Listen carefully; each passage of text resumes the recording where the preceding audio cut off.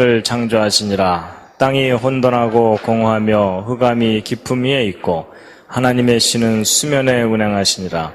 하나님이 가라사대 빛이 있으라 하심에 빛이 있었고. 오늘 참석하신 모든 분들을 환영합니다. 제가 오늘도 환영의 뜻으로 꽃을 준비했습니다. 좀 다른 분위기죠? 그동안 꽃하고. 이제 오늘은요, 이 연력학 법칙에 대해서 이제 말씀을 드릴 텐데요. 히브리서 11장 3절 말씀인데요. 함께 한번 읽으시겠습니다. 시작. 믿음으로 모든 세계가 하나님의 말씀으로 지어진 줄을 우리가 아나니 보이는 것은 나타난 것으로 말미암아 된 것이 아니니라. 자, 이제 그 우주의 법칙과 성경, 그래서 연력학 법칙인데요. 여러분, 연력학 법칙을 모르는 사람과 인생을 논하지 말라. 이런 얘기 혹시 들어보셨습니까? 처음이시죠? 예. 처음이실 겁니다. 제가 한 말입니다. 이제 그렇게 말할 정도로, 이 연력학 법칙은, 과학의 가장 근본적인 법칙인데, 이 법칙이 성경의 내용이 진리라는 것을 아주 강력하게 뒷받침해 줍니다. 그래서, 이 연력학 법칙, 일반인들에게 좀 생소한 그런 용어입니다. 그런데 이 연력학 법칙이 발견되기를 연력학이라는 학문 분야에서 먼저 발견돼서 그렇지 우주의 법칙이다 이렇게 보시면 됩니다. 이게 하나님께서 만드신 이 세상에 하나님께서 법칙과 질서 이런 것을 두셨거든요. 근데 이제 그 가장 근본적인 법칙이 연력학 법칙입니다. 그래서 이 연력학 법칙은 열과 힘에 관한 법칙입니다. 그래서 이제 영어로는 thermodynamic law 이렇게 얘기하거든요. 그래서 이 thermo라는 말이 열, 온도 뭐 이런 의미를 가진 단어고, 그다음에 dynamic은 뭐 아시는 대로 뭐 역동적인 뭐 이런 뜻이죠. 그래서 이제 열과 힘에 관한 법칙입니다. 어떤 분에게 연력학 법칙을 영어로 한번 해봐라 그랬더니 heat power law 뭐 이러시는데 뭐 비슷한 얘기입니다. 근데 이 연력학 법칙이요. 뭐 용어가 어려서 그렇지 사실은 이제 우리가 경험하는 것들을 법칙으로 정리한 것일 뿐입니다. 그래서 아주 쉽게 얘기하면 열받으면 힘이 난다 이런 뜻입니다. 여러분도 화나면 힘 세지죠? 그렇죠? 예, 그런 겁니다. 그래서 이제 증기기관차라든지 이런 거 개발하고 그럴 때 주전자에다가 물을 끓이면 주전자 뚜껑이 딸깍딸깍하고 들려 올라가죠. 그러니까 열을 가하면 그 수증기가 이제 팽창하면서 힘을 내거든요. 그래서 열과 힘과의 관계를 정리한 법칙입니다. 제가 이제 지난번에 그 기적과 영혼에 대해서 이야기 드릴 때 이 이론과 법칙의 차이를 설명드렸었습니다. 기억나십니까? 예, 기억이 안 나도 할 수 없습니다. 진도 나가겠습니다. 여러분 그 과학의 법칙이 있고 이론이 있는데 둘 중에 어느 것이 더 중요하다 그랬죠? 예, 법칙이 더 중요하다 그랬죠? 예, 왜냐하면 법칙은 실험적으로 증명된 것이고 확인할 수 있는 거기 때문에. 그래서 언제라도 다시 관찰할 수가 있고 예외가 없을 때가 증명이 된다 이렇게 말하고, 그래서 법칙은 뭐뭐이다라고 단정할 수 있는 게 법칙이라 그랬습니다. 근데 이론은 그럴듯한 설명이긴 하지만 다시 확인할 수 없거나 또는 확인할 수 있다 하더라도 예외가 자꾸 발생하면 법칙이 되지 못하고 이론이 된다 이렇게 말씀드려서, 이론은 그 문장 끄트머리가 이다가 아니라 뭐뭐일 것이다 라고 표현해야 된다 그랬죠. 예, 그래서 이 법칙과 이론의 차이는 마치 올림픽에서 금메달과 은메달의 차이다 이렇게 말할 수 있다 그랬습니다. 그래서 법칙은 금메달이고 이론은 은메달. 그래서 이론이 아무리 멋있고 그럴듯해도 기존에 확인된 법칙이 어긋나면 그 이론은 과감하게 버려야 된다. 이런 말씀들을 드렸었습니다. 그래서 이제 과학에는 법칙이 우선적이거든요. 근데 이제 이 과학자들이 나름대로 여러 가지 법칙들을 발견해냈는데 그 중에 어떤 법칙들은 시간이 지나면서 반대되는 증거가 발견되면서 그 법칙이 깨집니다. 근데 이 연력학 법칙은 지금까지 아무 반증이 없는 가장 믿을 만한 법칙이 연력학 법칙입니다. 그래서 모든 법칙 가운데 연력학 법칙은 믿어야 된다라고 할 정도로 아주 근본적인 법칙입니다. 그럼 이제 이 연력학 법칙이 무엇에 관한 법칙이냐 하는 건데요. 에너지에 관한 법칙입니다. 네, 에너지 그러면 뭐 요즘 많이 익숙해지긴 했지만 그래도 좀 약간 거리감이 있는 단어인데 저걸 좀 쉽게 얘기하면 여러분 우리가 밥을 왜 먹죠? 여러 가지 이유가 있지만 맛있어서도 먹고 배부르기 위해서도 먹지만 힘을 얻기 위해서 먹습니다. 그렇죠? 그 힘, 곧 에너지를 얻기 위해서 먹거든요.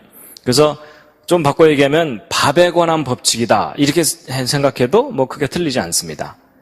그래서 이제 이 연력학 법칙은요, 제1법칙, 제2법칙, 제3법칙 이렇게 쭉 나가는데 이 연력학 법칙은 영법칙도 있습니다.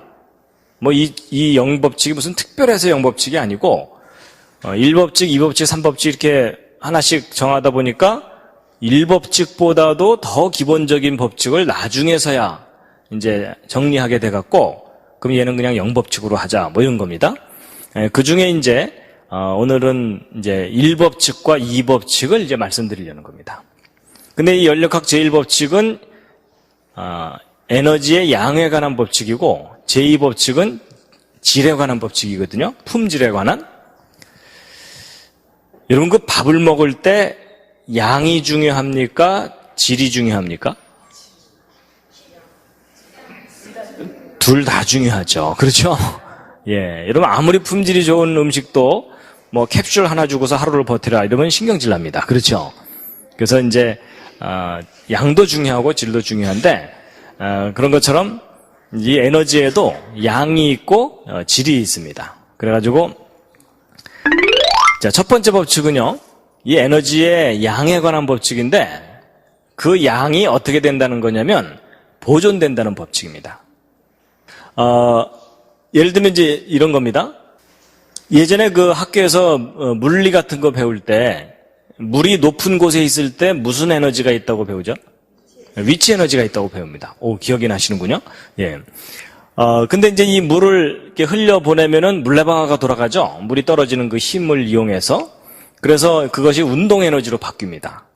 그리고 나서 이 물레방아 도는 이 운동 에너지를 이용해서 방아를 찍기도 하고요. 또는 이걸 이용해서 발전기를 돌리면 전기 에너지가 얻어지게 됩니다. 근데 이 전기 에너지 이것을 이용해서 전구를 켜게 되면 빛 에너지도 얻어지고 열 에너지도 얻어지고 이렇게 되거든요. 그래서 재미있는 거가 높이 있던 물이 빛이나 열로 바뀌는 겁니다. 그렇죠? 그래서 이 에너지가 그때그때마다 형태가 자꾸 변합니다. 그런데 이제 과학자들이 뭘 보았냐면 이렇게 그때그때마다 형태가 변하기는 하지만 매 순간 이 모든 에너지의 총합을 측정해 보았더니 항상 똑같다는 겁니다.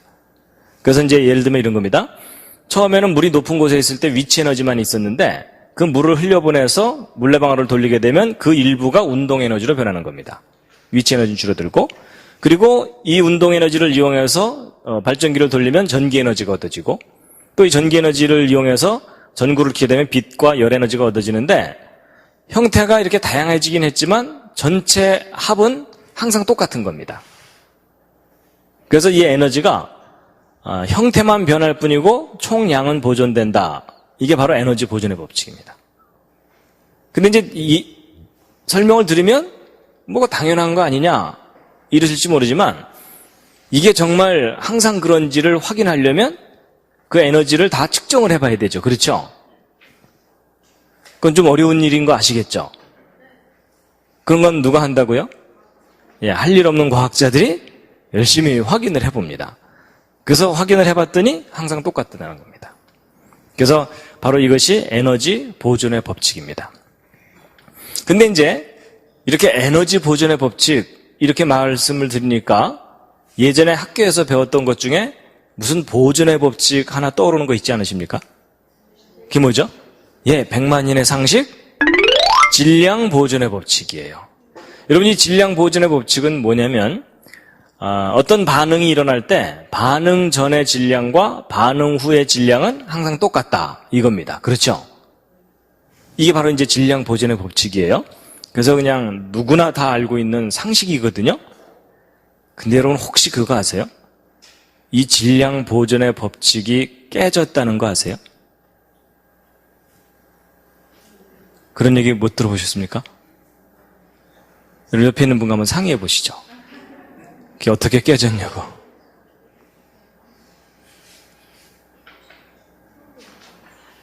여러분, 질량 보존의 법칙이 깨졌어요. 왜 깨졌는지 아세요? 이런 질문이 나오면 뭐라고 대답하면 된다고요? 제가 안 깨트렸는데요. 이러시면 됩니다. 이런 거 질량 보존의 법칙이 깨졌습니다. 법칙이 깨졌다는 얘기는 뭐예요? 그 법칙이 안 맞는 경우가 나타났다는 얘기죠?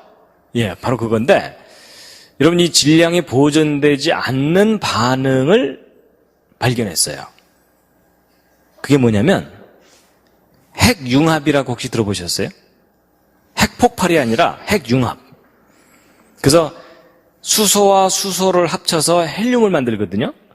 그런 건 이제 핵융합이라 그래요. 가벼운 원소를 합쳐서 무거운 원소를 만드는 거. 근데 이 핵융합을 했더니 융합 전의 질량과 융합 후의 질량이 다른 거예요. 줄어드는 거예요. 그래서 질량이 보존되질 않고 감소한다는 사실이 확인된 거예요.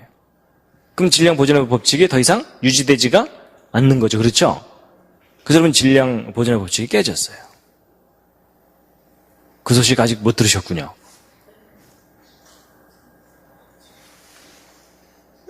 그런데 그렇다고 해서 이 질량 보존의 법칙이 완전히 깨진 건 아니고요. 핵융합과 같은 특별한 경우를 제외하고는요. 질량 보존의 법칙은 일반적인 반응에서는 항상 성립해요. 그러니까 옆에 있는 분 거 가져가지 마시기 바랍니다. 가져가고 나서 법칙이 안 맞아 이러시면 안 됩니다. 그래가지고 이 핵융합 때의 질량이 줄어들거든요. 근데 완전히 사라지는 게 아니에요. 그 없어진 질량이 다른 걸로 변해요. 뭘로 변하냐면 에너지로 변합니다. 그래가지고 질량이 사라지면 그것에 해당되는 에너지가 생긴다라는 것을 나타내는 그 유명한 공식이 바로 이 공식입니다. 이게 바로 이제 아인슈타인의 공식이라고 하는데요. 아인슈타인 아시죠? 그랬더니 어떤 분이 우유회사 사장 뭐 이러더라고요. 그게 아니라 아주 천재 물리학자 이 아인슈타인의 그 공식인데요. 이 아인슈타인의 공식인데 요거를 이 영어로 읽으면요 뭔가 하나 떠오르는 게 있으실 겁니다. 영어로 읽어보시면 E equal MC 요건 어떻게 읽죠? 제곱은 영어로 스퀘어 이렇게 읽죠? E equal MC 스퀘어 MC 스퀘어 어선거본가 들어보셨죠? 그렇죠? 예, 수험생들 정신 집중하라고 이렇게 하는 거 있잖아요. 그렇죠? 예, 바로 그게 여기서 따온 얘기입니다. 그래서 아인슈타인처럼 똑똑해지라고 하든 그러는 거거든요. 제가 무슨 특정 상품을 선전하려는 거 아닙니다. 저도 그거 써본 적 없습니다. 예. 그래갖고 이제 이게요, 뭐냐면, E는 에너지고, 그 다음에 이 M은 mass라 그래서 질량입니다. 아주 쉽게 얘기하면 모든 물질은 질량을 갖고 있어요. 무게를. 그래서 이제 물질이라고 보시면 됩니다. 그 다음에 이 C는 비타민 C가 아니고 빛의 속도를 표시한 거예요. 그래서 이런 얘기예요. 질량이 사라지면 그 질량에다가 빛의 속도의 제곱을 곱한 만큼의 에너지가 생긴다. 이런 얘기예요. 그래서 여러분 사실은 저런 공식이 나오면 두려워하지 마시고요. 예, 저는 긴 문장을 아주 짤막하게 표현한 거다 이렇게 생각하시면 됩니다. 그래서 수학 공식도 다 언어입니다. 언어. 근데 여러분 잘 보시면요. 질량이 사라지면 거기다가 빛의 속도의 제곱을 곱한 만큼의 에너지가 생긴다는 말은 무슨 말이냐면 여러분 이 빛의 속도가요. 상당히 큰 값이에요. 여러분 빛의 속도는 1초에 째깍하는 사이에 30만 킬로미터를 가요. 그러니까 지구를 7바퀴 반을 돕니다. 지구 둘레가 4만 킬로미터거든요. 그러니까 얼마나 큰 값이에요? 그것의 제곱을 곱한 만큼의 에너지가 생기니까 이게 의미가 이런 거예요. 아주 작은 질량이 사라져도 엄청난 에너지가 생긴다. 그 말이에요. 그래서 여러분 핵융합을 하게 되면 엄청난 에너지가 거기서 나와요. 그래서 보통 핵발전소 있죠. 핵발전소는 일반적인 핵발전소는 핵을 분열시키면서 거기서 나오는 열을 이용해서 이제 그걸 에너지로 사용하는 거고요. 핵융합 발전은 그보다 훨씬 더 많은 에너지를 얻을 수가 있는데, 근데 이제 이 융합 기술이 아주 어려운 기술입니다. 그래서 이걸 상용화하기가 좀 어려워서 아직 널리 사용되고 있지는 않은 그런 겁니다. 그러니까 보세요. 아주 작은 질량만 사라져도 엄청난 에너지가 나온다는 얘기가 무슨 말이냐면요. 이런 거예요. 예를 들어 이 리모컨 있죠. 이 리모컨만큼의 질량이 갑자기 사라지면서 에너지로 변해버리잖아요. 그럼 엄청난 에너지가 갑자기 튀어나오기 때문에 이 주변 일대에 큰 폭발이 일어납니다. 요만큼만 사라져도. 그러니까 제 몸이 하나 사라져가지고서 이게 에너지로 변한다. 그럼 어떻게 되겠어요? 이 안양 주변에 엄청난 대폭발이 일어나는 겁니다. 그럴 정도로 위력적인 거예요. 그러니까 여러분 아무리 화가 나도 너 꺼져버려 이러시면 안 돼요. 그 사람이 정말 꺼져갖고서 그게 갑자기 에너지로 다 변해버리면 너 죽고 나 죽고 다 죽는 겁니다. 그리고 나 사라져버릴 거야 이런 소리도 하면 안 됩니다. 그래서요, 결국 이게 무슨 얘기냐면 질량이 에너지로 변하니까 저게 아주 중요한 걸 우리가 가르쳐줘요. 여러분 질량이라는 것은 아까 물질이라 그랬죠. 모든 물질은 질량을 갖고 있다 그랬죠. 근데 이 물질이 사라지면 에너지가 된다는 거잖아요. 근데 잘 보세요. 이 물질은 이렇게 만질 수 있고 볼 수 있고 이런 것들이 물질이잖아요. 근데 에너지는 눈에 보여요, 안 보여요? 눈에 안 보이는 어떤 실체가 없는 좀 가상적인 그런 영역이에요. 그렇죠? 그러니까 물질이 사라져서 물질이 아닌 것이 되고요. 거꾸로 얘기하면 물질이 아닌 것이 변해서 뭐가 될 수 있다는 거예요? 물질이 될 수 있다는 얘기죠? 그럼 여러분이 지금 앉아있는 그 의자도 물질이잖아요. 그렇죠? 근데 이 물질이 변하면 에너지가 될 수도 있지만 에너지가 변해서 이 의자가 될 수도 있다는 얘기예요. 여러분 이건 우리에게 아주 중요한 걸 깨닫게 해줘요. 우리는 이 물질에 익숙해 있기 때문에 우리가 보는 이 딱딱한 이 모든 물질들은 그냥 영원 전부터 영원 후까지 존재할 거라고 생각하면서 살아요. 그렇죠? 보통 그렇죠. 근데 알고 보면 이런 물질들이라는 것조차도 물질이 아닌 것으로부터 생겨날 수 있다는 거예요. 이게 과학의 공식이거든요. 그러니까 여러분 우리가 보고 경험하고 누리는 이 모든 물질도 그 본질이 물질이 아닌 것으로부터 올 수 있다는 거예요.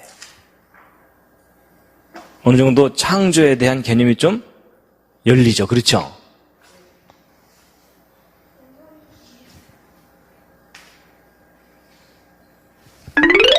그래가지고 결국 이제 과학자들이 질량이라는 것조차도 에너지의 한 형태인 걸 알게 됐어요. 그래서 이제 질량 보존의 법칙은 깨졌지만 이 질량 자체도 에너지이기 때문에 좀 더 폭넓게 얘기해서 질량 보존의 법칙이 아니라 무슨 보존의 법칙이 된 거예요? 에너지 보존의 법칙 이렇게 된 겁니다. 그래서 이제 이 연력학 제1법칙은 우리가 평소에 알고 있던 질량 보존의 법칙을 좀 더 폭넓게 이야기하는 거예요. 그래서 여러분 그 핵폭탄이 터지면은요, 그 순간적인 폭발에 의해서 이렇게 순식간에 이렇게 파괴가 일어나는데, 이런 그 핵폭탄이 터지면 가장 무서운 게 뭐냐면 가장 직접적으로 큰 피해를 입히는 것은 폭풍입니다.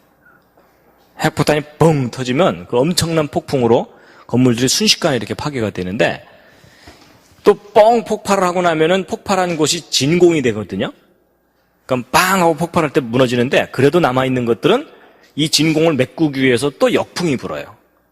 그럼 한번 확 밀려나갔다가 다시 확 밀려 들어올 때 완전히 다 쓰러져 버리는 겁니다. 그러니까 되게 이제 핵폭발이 일어나면은 땅속으로 숨잖아요. 그렇죠? 자, 그래서 여러분 보세요. 여러분 이제 좀 더 본질적인 이야기를 해드리면 뭐가 있냐면 여러분 창세기 1장을 보시면 여기 바라라는 단어가 있거든요. 이 바라라는 단어는 하나님이 창조하셨다 이런 뜻이에요. 근데 저 바라라는 단어가 가진 고유한 의미가 뭐냐면 nothing으로부터 something이 생기는 거예요. 그러니까 나무를 잘라서 책상을 만들 때 쓰는 단어가 아니에요. nothing으로부터 something이 생길 때 쓰는 단어입니다. 근데 보세요. 아까 에너지가 변해서 질량이 되는 것까지는 어느 정도 이해가 될 수가 있는데 그래도 에너지는 뭔가 something이잖아요. 그렇죠? 근데 저기서 얘기하는 저 바라는요. nothing에서 something이 생기는 거예요. 근데 사실 그 말은 더더욱 이해가 안 가죠. 그렇죠? 이제 겨우 에너지가 변해서 물질이 되는 것까지는 이해를 했는데 어떻게 nothing에서 something이 생기냐? 이건 좀 잘 이해가 안 가시죠? 그래서 사람들이 그 창조라는 개념을 잘 이해를 못해요. 근데 여러분 nothing에서 something이 생길 수 있다는 것을 과학적으로 설명할 수가 있어요. 이제 그거를 좀 알려드리면요. 보세요. 여러분 여기 돌로 된 이 탑이 있고 그리고 철로 된 다리가 있잖아요. 여러분 보통 이런 철이나 돌은 그 속이 단단하게 꽉 차 있다고 생각하시죠? 그렇죠? 이런 공기는 이제 거의 텅 비어 있기 때문에 우리가 손을 이렇게 휘저으면은 마음껏 휘저어지는데 저런 돌이나 쇠붙이 같은 것들은 그 속에 꽉 차 있다고 보통 사람들이 생각하죠? 근데 착각입니다. 사실은 저 돌이나 철 속도요 거의 100%텅 비어 있어요. 이것은 또 무슨 엉뚱한 얘기인가 이런 생각이 드실 텐데요. 그게 아니고 이 과학자들이 이 물질의 기본 구조를 알고 나서요 이 우주가 텅 빈 거라는 걸 알게 됐어요. 보세요. 여러분 이 세상의 모든 물질은 가장 기본적인 단위가 원자입니다. 원자. 그래서 이런 원자들로 이제 원자들이 뭉쳐가지고서 결국 물질을 이루는 건데, 근데 이 원자 내부 구조를 들여다보면 이 중심에는 핵이 있고 그 주변을 전자가 돌고 있죠. 근데 이제 아주 옛날에는요, 이 원자가 마치 당구공처럼 속이 꽉 차 있는 거라고 생각했어요. 그래서 그런 모델로 생각을 했었는데, 나중에 이 원자 내부 구조를 알고 나서 깜짝 놀란 게 뭐냐면 이 원자 내부가 거의 100%텅 비어 있는 거예요. 그래서 여러분 이 원자는요 중심에 핵이 있고 전자가 있는데 이 핵이 얼마나 작으냐면 원자 전체 크기에 비하면 거의 점 하나 정도 될 정도로 작아요. 핵이. 그리고 전자는 그보다 훨씬 더 작고 그럼 이 내부는 거의 텅 비어 있다는 얘기죠. 그렇죠? 바로 이제 그런 건데 그래서 이제 비유적으로 얘기하면 이런 거예요. 여러분 이 원자 하나의 크기가 있거든요. 이 원자 하나의 크기가 있는데 그 원자 중심에 있는 요 핵을 예를 들어 농구공만 하다고 생각해 보자고요. 상대적인 크기를. 그렇다면 이 전자는 얼마나냐면 점 하나보다도 작아요. 그러니까 좁쌀알보다도 더 작아요. 그러니까 좁쌀알보다 작은 점이 이 농구공 주변을 돌고 있는 거라고 생각하시면 돼요. 근데 이 농구공과 이 좁쌀알과 같은 전자 사이에 어느 정도 거리가 떨어져서 도는 거라고 보시면 되냐면 농구공이 여기 있으면 여기서부터 한 2km 정도 떨어진 곳에서 좁쌀알이 돌고 있다. 이렇게 보시면 돼요. 그게 원자 내부 구조의 모델이에요. 상대적인 크기예요. 그럼 뭐예요? 이 농구공에서 좁쌀알까지 2km 그 중간은 텅 비어 있다는 얘기죠. 그렇죠? 그러니까 그만큼 원자 내부가 텅 비어 있는 거예요. 솜사탕보다도 더 심해요. 그나마 그러면 이 핵은 그러면 그 농구공만한 그 핵은 그 속이 꽉 차 있느냐? 아니에요. 이 핵은 양성자와 중성자로 이루어져 있는데 그 중간도 거의 100%텅 비어 있어요. 그리고 이 중성자와 양성자는 쿼크나 소립자로 이루어져 있거든요. 그러니까 사실은 요 농구공만한 그 핵조차도 그 속에 있는 소립자만 모으면은 점 하나보다도 작아져 버려요. 그럼 알고 보면 이만큼의 원자를 압축해버리면 거의 제로가 돼버리는 거예요. 근데 저런 구조를 가진 원자로 이 우주에 있는 모든 물질이 이루어져 있어요. 그러니까 여러분 사실 이만큼의 원자도 결국은 다 압축시켜버리면 점 하나가 돼버리는 겁니다. 모든 원자가 다 그래요. 그래서 모든 원자를 줄이면은 점들 뿐이에요. 그래가지고 여러분 제가 이렇게 폼 잡고 이렇게 서 있지만요. 제가 이렇게 폼 잡고 서 있지만 제 몸을 이루고 있는 원자에 있는 허공을 다 빼내고 제 몸을 이루고 있는 전자와 소립자만 딱 모아서 뭉치잖아요. 그럼 제가 얼마나 지냐면 점 하나보다도 작아져요.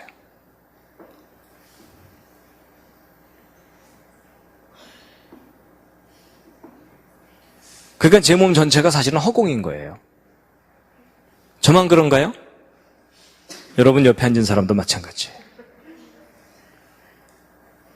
그러니까 여러분 제가 지금 보이세요? 보이긴 보이시죠? 근데 여러분이 저를 이렇게 이런 어느 정도 공간을 차지하고 있는 존재로 보고 계시지만 이걸 잘 깊이 생각해 보면 사실은 저의 실체를 보고 있는 게 아니에요. 허상을 보고 계시는 거예요. 물질적인 존재로서의 이 김명현은 거의 낫싱이에요. 뻥튀기가 되어 있는 거예요, 지금. 솜사탕처럼. 옆에 있는 분 한번 만져보시죠. 존재하긴 존재하나요? 그래가지고요, 보세요. 이 사람 하나를 압축해도 점 하나밖에 안 되는 거예요. 그 정도가 아니고 이 지구 있죠? 여러분, 지구는 내부가 꽉 차 있을 것 같죠? 아니에요. 이 지구를 이루고 있는 원자들의 그 허공도를 다 빼내고 소립자와 전자만 딱 모아갖고서 이 지구를 확 줄여버리면, 압축을 시켜버리면, 소위 물질이라고 하는 것만 압축시켜버려도 이 지구는 점 하나가 돼버려요. 그 정도가 아니고 이 우리 은하계 있죠? 이 우리 은하계 내에는 1000억 개의 별이 있다 그러거든요. 그 모든 별들을 다 압축해갖고 이 소립자와 전자만 딱 모으잖아요. 허공은 다 빼내고. 그럼 이 은하계 자체가 하나의 점이 돼버려요. 그리고 우리 이 우주 내에는 이런 은하가 또 1000억 개가 있다 그러거든요. 근데 그 모든 은하를 다 압축해갖고 압축을 시키면은 얼마가 된다고 보고 있냐면 탁구공 하나보다도 작아진다고 보고 있어요. 이 우주 전체가.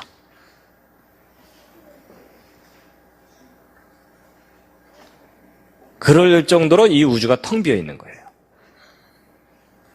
갑자기 심히 허무해지시죠? 그렇죠? 근데 여러분 제가 지금 이거는 철학적인 얘기를 하는 게 아니에요. 물리적인 사실, 과학적인 사실을 얘기해 드리는 거예요.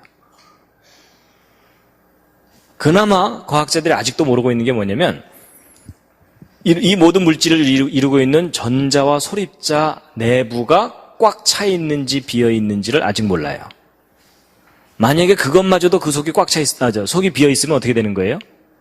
이 우주 전체가 nothing이에요.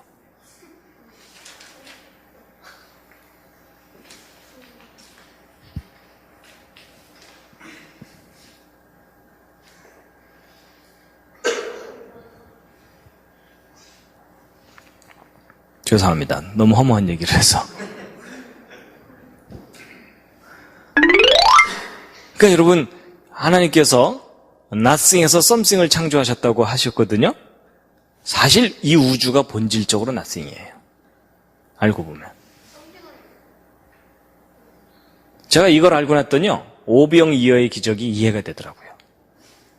여러분, 우리가 생각하기에 오병이어면은 물고기 5마리, 떡 5개, 물고기 2마리면은 요만큼이잖아요. 그렇죠?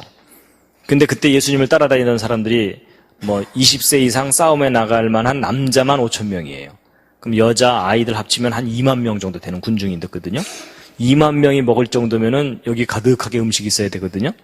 근데 어떻게 요만한 게 이만큼으로 불어나느냐? 도저히 일반 상식으로는 이해가 안 되죠? 근데 이걸 제대로 깨닫고 나면요. 요거 압축해도 점이고 2만 명이 먹을 음식을 압축해도 점이에요. 그러니까 여러분 어차피 둘 다 낫싱인 거예요. 그래서 저는요. 이 오병이어가 2만 명 먹을 음식으로 불어난 것 자체는 이제 의심이 안 되고 뭐가 궁금하냐면 이게 뛸 때 불어났을까? 이구 갈 때 불어났을까? 이게 저는 오히려 이제 그게 궁금해요.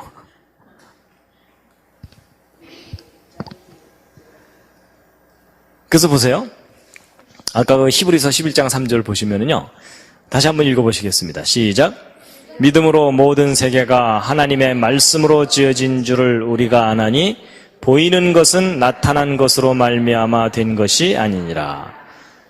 여기 보세요. 이게 참 이해하기가 언뜻 어려운 보이는 것은 나타난 것으로 말미암아 된 게 아니다.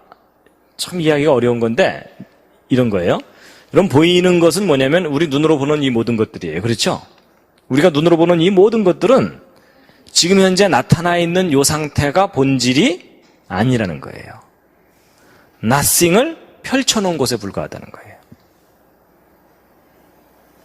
그래서 여러분 이것과 아주 이렇게 일맥상통하는 표현이 불경에도 나와요.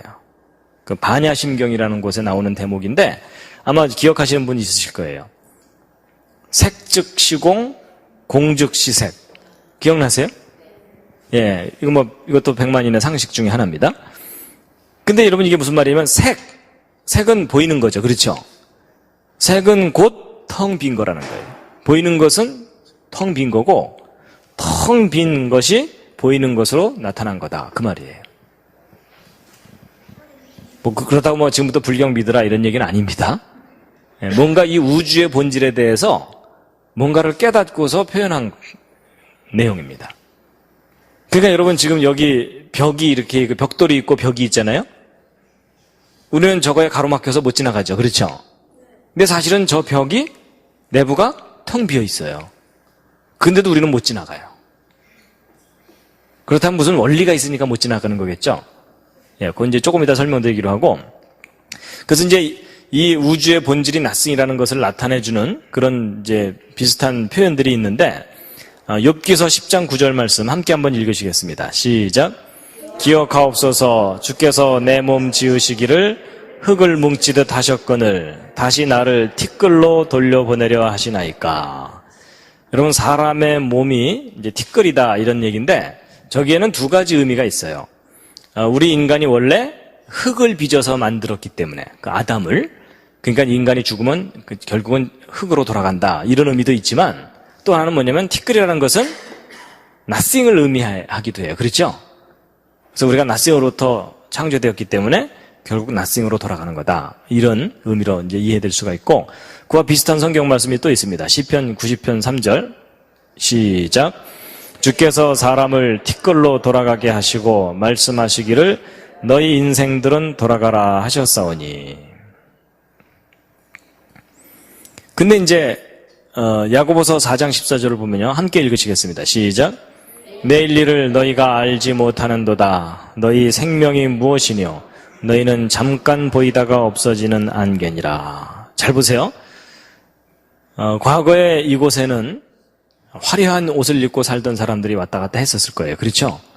근데 그 사람들 다 잠깐 보이다가 없어지는 안개라고 표현되어 있어요. 이것은 이제 두 가지 의미예요.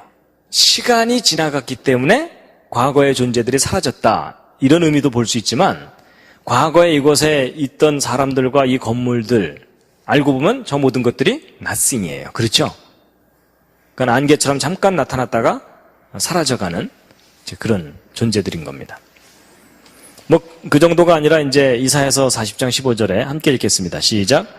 보라 그에게는 열방은 통에 한 방울 물 같고 저울에 적은 티끌 같으며 섬들은 떠오르는 먼지 같으니. 여러분 열방이라는 것은 온 땅이잖아요. 그렇죠?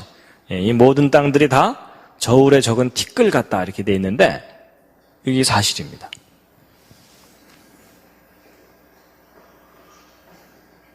근데 여러분 보세요. 사실은 이 우주를 구성하고 있는 모든 게 낫승이거든요. 근데도 이제 희한하게도 우리가 이 꽃을 보면 아름답다. 이 사과를 보면 맛있다. 그리고 이 광활한 우주를 보면 넓다. 그리고 이런 눈을 보면 뭐 춥다. 뭐 이런 것들을 느끼고 인식하면서 살고 있잖아요. 그렇죠? 낫승인데 우리가 서로 다르게 인식을 하거든요. 그다음 무슨 원리가 있으니까 그럴 거 아닙니까? 자, 거기에 대해서 히브리서 1장 3절 함께 한번 읽으시겠습니다. 시작. 이는 하나님의 영광의 광채시요 그 본체의 형상이시라. 그의 능력의 말씀으로 만물을 붙드시며. 이렇게 돼 있어요. 여러분 그의 능력의 말씀으로 만물을 붙들고 계시다 이렇게 돼 있습니다. 그거 왜 힘들게 붙들고 계실까? 그게 놓으면 되지. 이제 그런 생각도 언뜻 들을 수 있을 텐데요. 여러분 하나님께서 붙들고 계시지 않으면 이 우주가 사라져 버립니다. 보세요. 여러분 손뼉을 한번 이렇게 딱 쳐보시겠어요? 예, 손뼉을 치면은 항상 이 두 손이 부딪히죠. 그렇죠? 혹시 손뼉을 딱 쳤는데 그 두 손이 투명 인간처럼 완전히 통과해서 지나가는 일은 절대 없죠. 항상 부딪히죠. 근데 여러분 그게 어떻게 생각하면 좀 이상한 일이에요.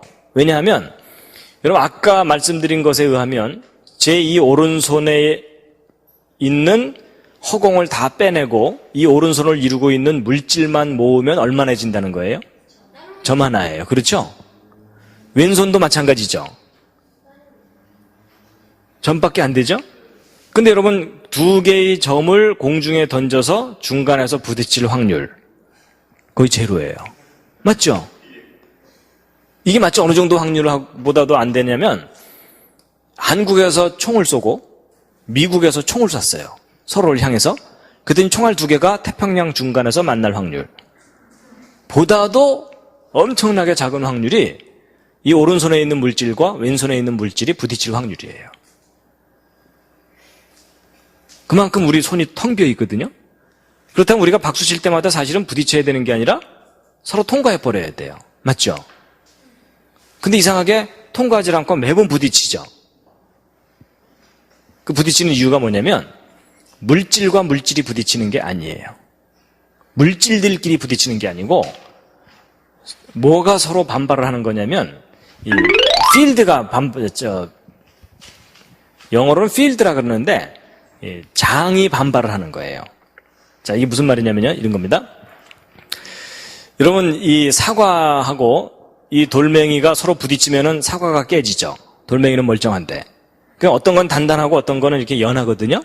이런 차이가 이제 왜 일어나는 거냐면 이제 물질의 가장 기본 단위인 이 원자들의 구조 때문에 그러거든요. 여러분 서로 다 같은 종류의 원자가 이제 서로 들러붙는 경향이 있어요. 이제 그게 왜 나타나냐면 여러분 이 원자 중심에는 양성자가 있어가지고 이 전기로 따지면 플러스고요. 이 주변을 돌고 있는 전자는 전기로 따지면 마이너스거든요.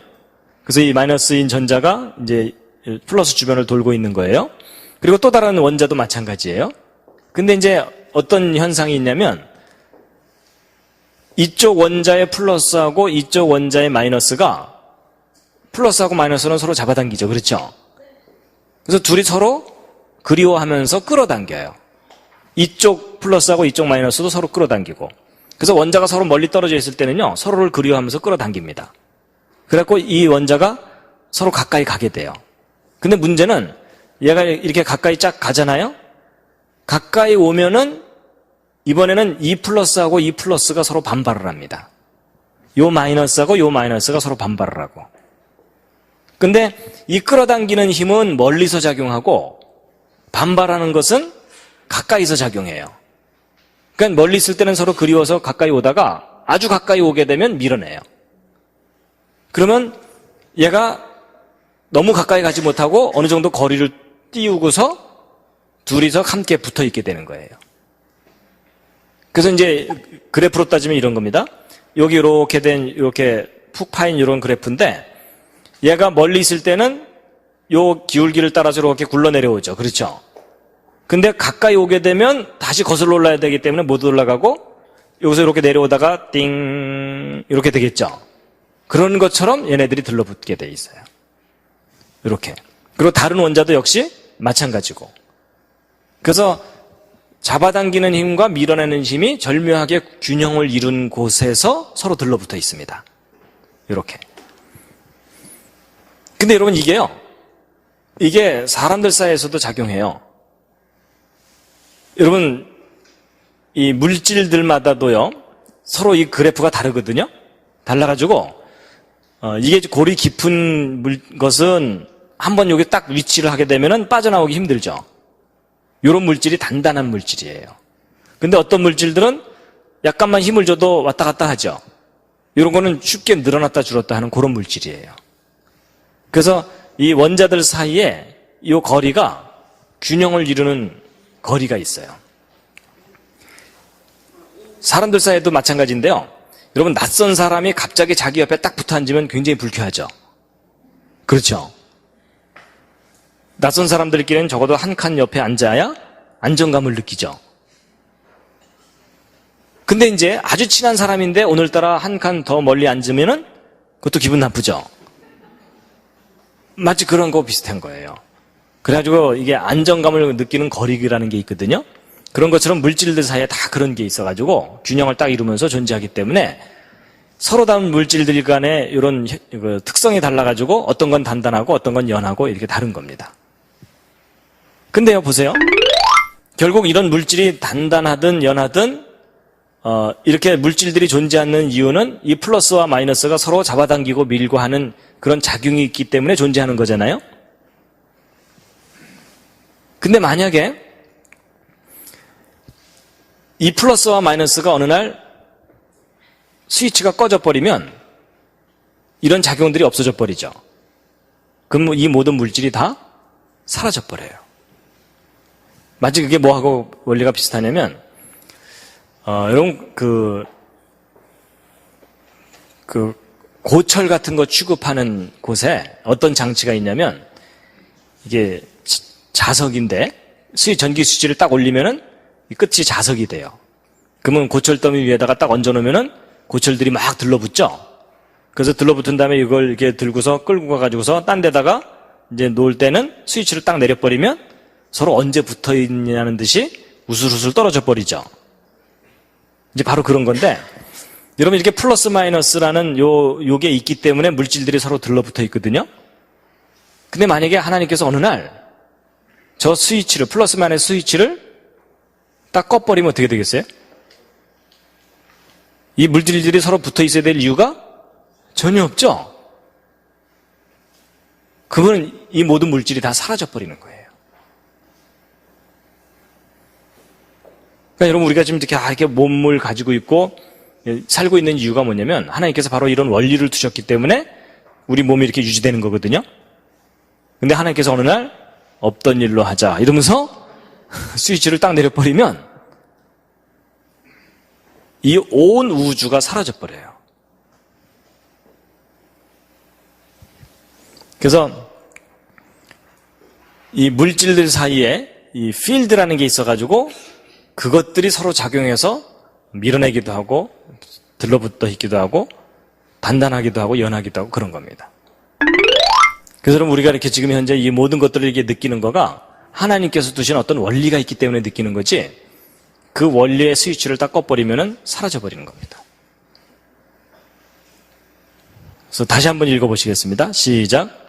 이는 하나님의 영광의 광채시요 그 본체의 형상이시라. 그의 능력의 말씀으로 만물을 붙드시며. 계속 붙들고 계셔야 되겠죠?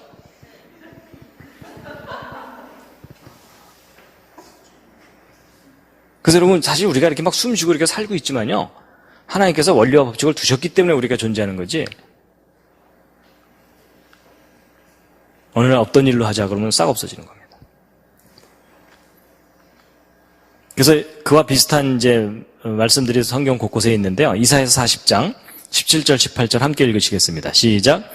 그 앞에는 모든 열방이 아무것도 아니라 그는 그들을 없는 것 같이 빈 것 같이 여기시느니라. 그런즉 너희가 하나님을 누구와 같다 하겠으며 무슨 형상에 비기겠느냐.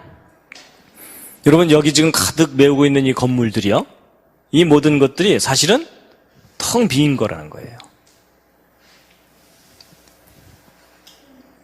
로마서 4장 17절 함께 읽으시겠습니다. 시작. 그의 믿은 바 하나님은 죽은 자를 살리시며 없는 것을 있는 것 같이 부르시는 이시니라. 여러분 보세요. 여기 없는 것인데 있는 것처럼 부르면 존재하게 된다는 거예요. 좀 느낌이 오세요? 그러니까 여러분, 여기 있는 이런 호박 뭐 이런 것들도 하나님께서 있으라 하심에 있게 된 거라는 겁니다.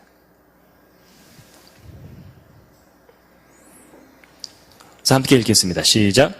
너희는 눈을 높이 들어 누가 이 모든 것을 창조하였나 보라. 여러분 보세요. 여기 이렇게 보시면은 이게 돌이 있고 물이 있고 흙이 있고 나무가 있고 공기가 있고 구름이 있고 무지개가 있고 그렇잖아요.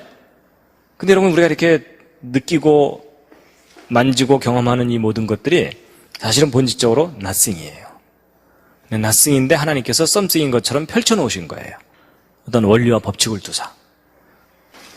예, 이제 아까 앞부분에서는 연력학 제1법칙과 관련해서 이제 몇 가지 말씀을 드렸고요. 이제 지금부터는 이제 연력학 제2법칙인데요. 로마서 7장 24절 25절에 있는 말씀인데 함께 한번 읽으시겠습니다. 시작. 오호라 나는 곤고한 사람이로다. 이 사망의 몸에서 누가 나를 건져내랴. 우리 주 예수 그리스도로 말미암아 하나님께 감사하리로다. 그런즉 내 자신이 마음으로는 하나님의 법을 육신으로는 죄의 법을 섬기노라. 예, 연력학 제1법칙이 이제 에너지의 보존에 관한 법칙인데, 이제 연력학 제2법칙은 에너지의 그 질적인 변질에 관한 법칙입니다. 그래서 이 제2법칙은요, 그 모든 만물이 어느 한쪽 방향으로 흘러간다, 이걸 나타내주고 있습니다. 그래서 이 우주의 방향성을 얘기해 주는 건데, 여러분, 물은 항상 위에서 아래로 흐르죠. 그렇죠? 자연 상태에서. 그리고 사람은 태어나면 반드시 늙게 돼 있습니다. 물론 얘가 좀 더 늙어 보이기도 하긴 하지만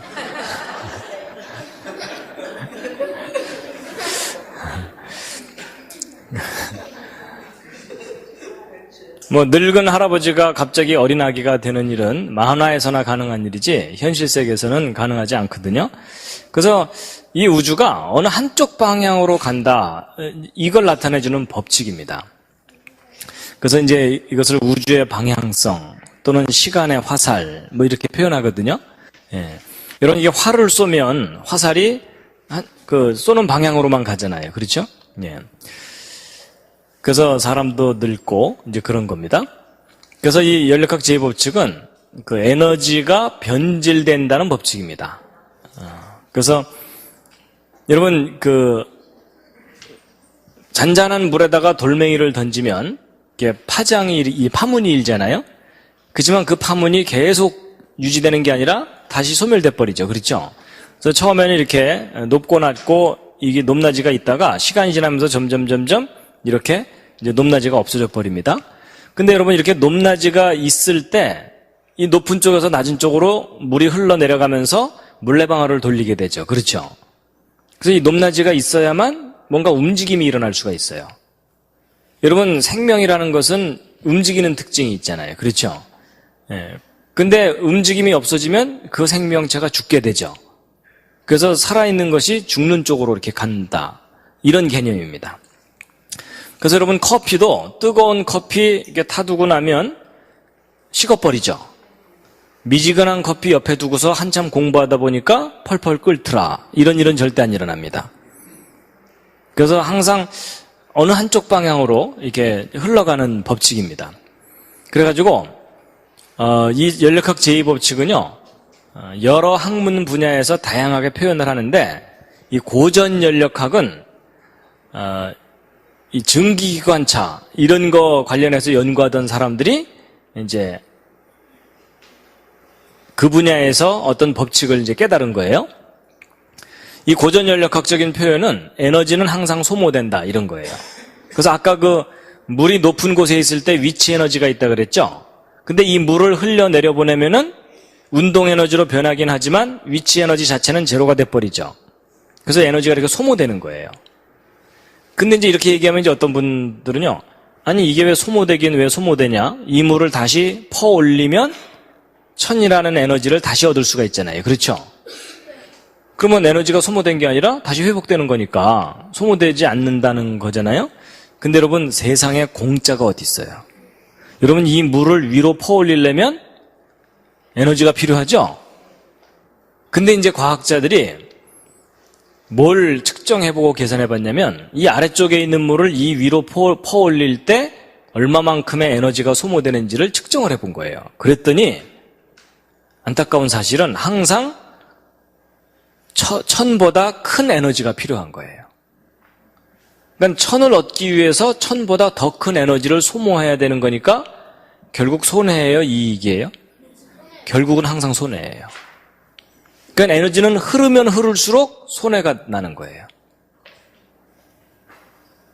그러니까 에너지는 결국 어느 한 부분으로 보면은 회복이 되지만 전체적으로 보면 소모된다. 이게 연력학제의 법칙이에요.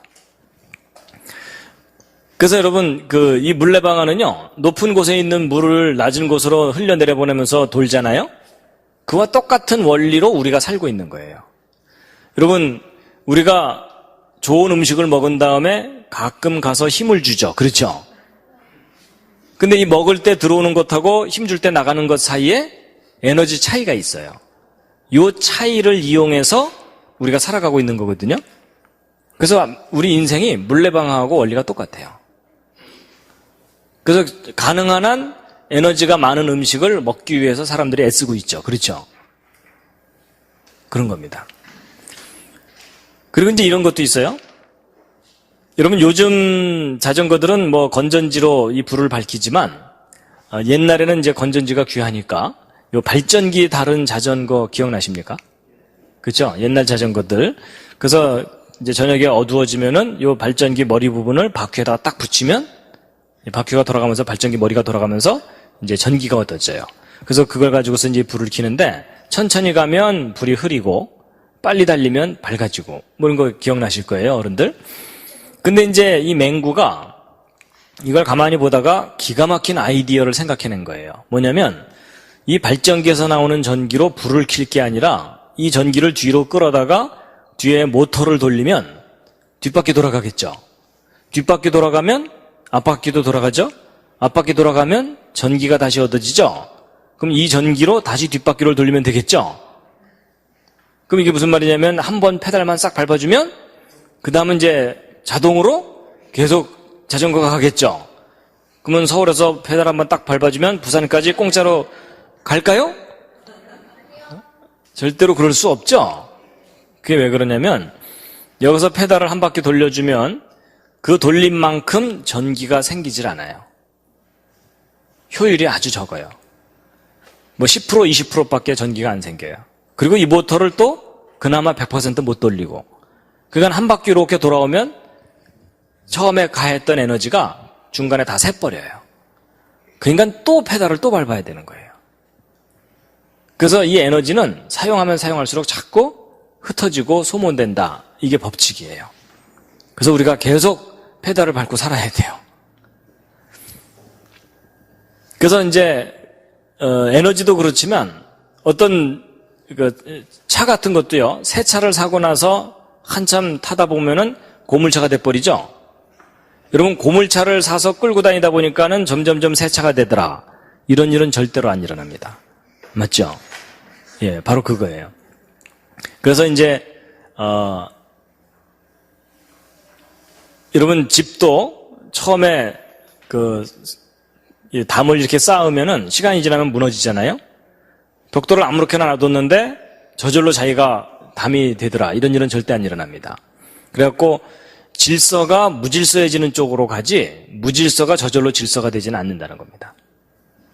그래서 뭐 화산이 폭발해갖고 돌멩이들이 튀어나와서 저절로 집이 촥 이렇게 생기는 애는 절대 안 일어나는 이유가 뭐냐면 기존의 질서가 무너지는 쪽으로 가지 무질서가 질서 쪽으로는 안 온다는 거예요. 근데 여러분 이게 인간관계도 마찬가지예요. 사람들 사이에 서로 아무 신경 안 쓰고 그냥 무심코 살다 보면 서로에게 상처를 주게 돼 있어요. 맞죠? 그래서 누군가가 긴장을 하고 서로의 사이를 좋게 하기 위해서 애를 써야만 화합을 할 수 있게 돼 있습니다. 그래서 이제 그 연력학 제2법칙의 또 다른 표현이 이 통계 연력학인데요. 질서는 시간이 지나면서 무질서 쪽으로 간다 이거예요. 그래서 그걸 나타내는 그 유명한 용어가 엔트로피입니다. 엔트로피는 무질서한 정도 이렇게 생각하시면 쉬워요. 엔트로피입니다. 제가 실컷 가르쳐드리면 어떤 분들은 엔돌핀 뭐 이러면서 그래서 그러면 여러분 그 시간이 지날수록 엔트로피가 늘어날까요? 줄어들까요? 예, 시간이 지나갈수록 엔트로피가 커집니다.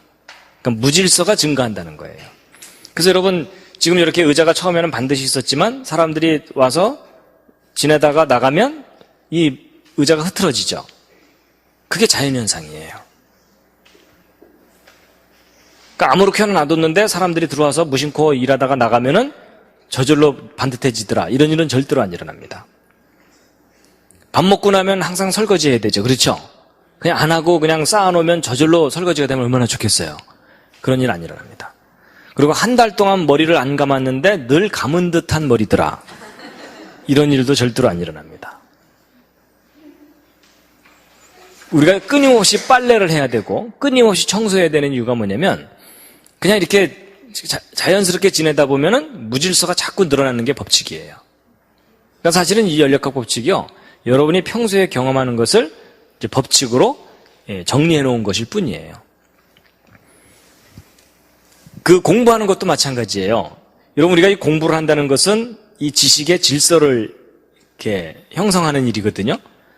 근데 어느 정도 이렇게 공부를 해서 지식을 쌓고 나면 시간 지나면은 자꾸 까먹고 흐트러지죠. 그렇죠? 이렇게 들을 때는 다 이해가 되는데 나갈 때는 다 까먹으시잖아요. 그렇죠? 하여튼 그런 거예요. 그래서 이제 이 무질서, 질서에 관해서 한 가지 예를 들면은요. 여러분 이게 이제 금으로 만든 것들이잖아요. 여러분 성경에서는 금을 아주 중요하게 여겨요. 특히 정금이라 그래서 순수한 금을 아주 귀하게 가치 있게 여기는데 여러분 보통 금은방에서 순금을 사게 되면 보증서를 써줍니다. 그 보증서에 대개 몇 %짜리라고 써 있죠? 99.9 또는 99.95 뭐 이 정도로 이제 해줘요. 그렇다는 얘기는 나머지 뭐 0.1%나 그 정도는 불순물이란 얘기죠. 그렇죠? 그래서 이제 이런 것들을 뭐 39 이렇게 보통 표현을 해요. 구자가 3개가 있다 이래가지고. 근데 이제 일반적으로 이제 금은방에서 파는 순금은 99.9%짜리를 보통 이제 파는데 이런 반도체에 사용하는 금이 있어요. 그런 금은 훨씬 더 순수한 걸 사용해야 돼요. 여러분 이런 반도체하고 이런 그 회로를 연결할 때 금과 같은 녹이 슬지 않는 금속을 되게 쓰거든요. 왜냐하면 금이 아닌 다른 금속들은 녹이 슬어요. 근데 금은 귀한 이유가 뭐냐면 녹이 안 슬어요. 그래서 이제 아주 금을 이용해서 이제 이게 회로를 이렇게 연결하기도 하는데, 근데 이 금이라 할지라도 그 속에 불순물이 들어있으면요, 전기가 흘러갈 때 열을 내면서 열이 높아지면은 회로가 끊어져 버려요.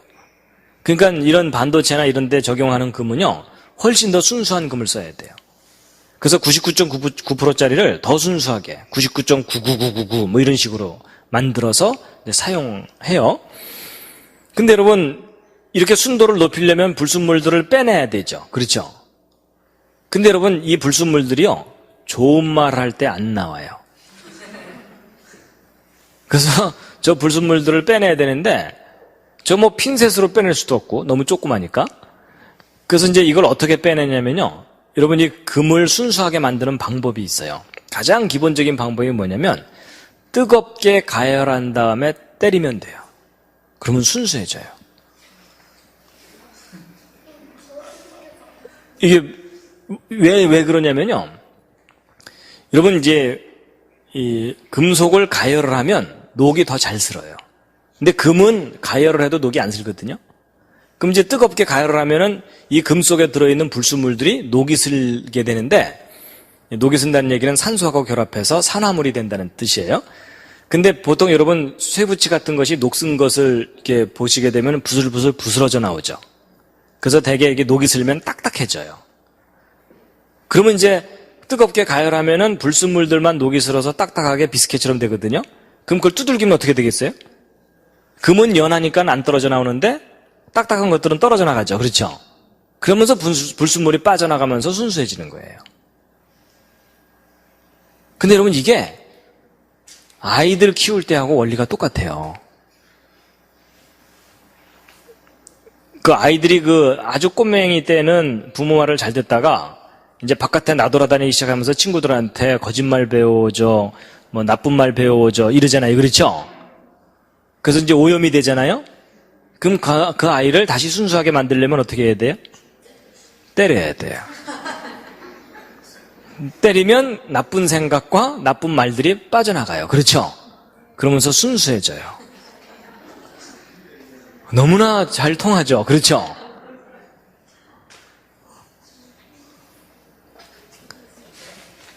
그래서 여러분 성경을 보면은 그 초다를 참아 못하는 자는 자식을 사랑하지 않는 거다 이런 표현이 나오거든요. 매질을 참아 못하는 자는 자식을 사랑하는 게 아니다 이렇게 돼 있어요. 그 대신 거기서 하나 중요한 게 있어요. 뜨겁게 달궈서 때려야 돼요. 그냥 안 달구고 때리면은요 어떤 일이 벌어지냐면 갈라져 버려요. 여러분 이게 금속 속에 불순물이 있는데 그걸 그냥 때리면은요 이 불순물이 크랙 역할을 해가지고 깨지는 어떤 원인 역할을 해가지고서 그냥 불순물이 빠져나가는 게 아니라 쩍 갈라져 버려요. 그래서 이게 무슨 말이냐면 아이를 때릴 때는 뜨겁게 한 다음에, 그게 무슨 말이냐면 충분히 사랑을 느끼게 해준 다음에 때리라는 거예요. 차가운 상태에서 그냥 때리면 가출해요.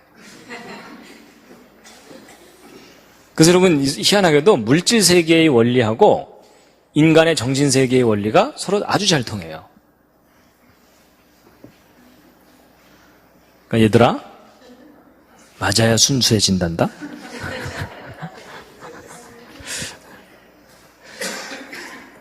근데 잘 보세요. 여러분이 99.9%짜리를 99.99999 이렇게 순수하게 만들려면 가열해야 되죠. 때려야 되죠. 사실은 그게 다 돈이잖아요. 그렇죠? 그러니까 여러분 이 99.9%짜리 순금은 예를 들어 한 돈에 10만 원 정도 한다. 그러면은 99.9999 이런 더 순수한 금은 한 돈에 몇십만 원씩 해요. 그러니까 순수할수록 훨씬 가치가 있어지고 비싸져요. 근데 보세요. 그럼 100%짜리 순수한 금을 만들 수 있느냐? 불가능해요. 왜냐하면 여러분 100%짜리 순수한 금이라는 얘기는 99.999999가 무한대로 이어져야 되는 거죠. 그렇죠? 근데 여러분 이 순도를 하나 둘씩 높일 때마다 에너지가 점점점 들거든요. 그러면 값이 점점점 올라가죠. 결국 무슨 얘기냐면 이 주먹 덩어리만한 금 덩어리 하나를 100% 순수하게 만들려면 이 우주에 있는 모든 에너지를 쏟아부어도 불가능하다 그 말이에요. 그러니까 사실은 이 물질 세계든지 뭐든지 자체적으로 순수해지는 것은 불가능한 일이에요. 그래서 이제 바로 이게 엔트로피 곡선인데요. 여러분 순수한 금에다가 불순물이 들어가면 들어갈수록 무질서가 늘어나거든요. 무질서가 늘어난다는 얘기는 그러니까 순수함을 잃어버린다는 뜻이에요. 이걸 좀 거꾸로 표현하면 이런 거예요. 여러분 100% 순수한 상태는 완전한 상태죠. 그렇죠? 근데 이 완전한 상태에서 불순물이 들어가면 타락한다는 뜻이에요. 근데 보세요. 어느 정도 불순물이 들어간 상태에서 이 불순물을 약간 빼내는 것은 비교적 쉬워요. 거슬러 올라가는 건데 근데 점점 순수하게 만들수록 더 순수해지는 거가 어려워져요. 그러니까 보통 사람들이 이제 이러는 거예요. 이제 엉망으로 살다가 약간 마음을 잡고서 비교적 약간 착해지고 나면요, 사람들이 교만해집니다. 자기보다 이제 못한 사람들한테 야, 나 정도는 살아야지 이러는 거예요. 근데 이제 그 사람이 더 도를 닦아가지고서 정말 순수해지려고 노력하면 노력할수록 진짜로 순수해진다는 것이 불가능하다는 걸 깨닫게 돼요. 그래서 여러분, 아까 우리가 읽은 성경 말씀 중에 오호라 나는 곤고한 사람이로다, 이게 사도 바울의 고백이잖아요. 그렇죠? 이 사망의 몸에서 누가 나를 건져내랴. 만약에 그 구절을 아무것도 모르는 사람이 딱 보면요, 야, 이 사도 바울이 참 험하게 살았구나, 이런 생각이 들어요. 그렇죠? 얼마나 엉망으로 살았으면 이런 고백을 할까, 이런 생각을 할 수가 있는데, 사실은 사도 바울이 그 고백을 할 때는요, 거의 성자처럼 살 때예요. 그런데 오호라 나는 곤고한 사람이로다, 이런 표현을 하거든요. 그러니까 이 사도 바울이 여기서 요만큼 와고서 한 얘기가 아니고, 이쯤 가고 나서 완전해지려니까 불가능하다, 이걸 깨달은 거예요. 결국 무슨 말이냐면 인간이 스스로 완전해질 수 없다는 얘기거든요. 그렇다면 인간 중에는 천국에 스스로 갈 수 있는 사람이 아무도 없다는 얘기예요. 그러면 완전해지려면 어떻게 해야 되느냐? 인간의 능력으로는 불가능하기 때문에 창조하신 분이 완전케 해주시는 수밖에 없다는 겁니다. 그래서 여러분, 이 물질 세계 속에서의 원리하고 우리 정신 세계 또는 영적인 세계의 원리가 너무나 원리가 같아요. 그러니까 혼자 힘으로 천국 가는 건 빨리 포기하시기 바랍니다. 그러니까 하나님께서 일방적으로 그냥 우리의 죄를 해결해 주시고 데리고 가시는 거예요. 마음 편하시죠? 그렇죠? 여러분, 이게 복음이에요. 애써야 천국 간다 그러면요, 아무도 갈 사람이 없어요. 이해가 되시죠? 그러니까 우리 끝나고 한잔 할까요?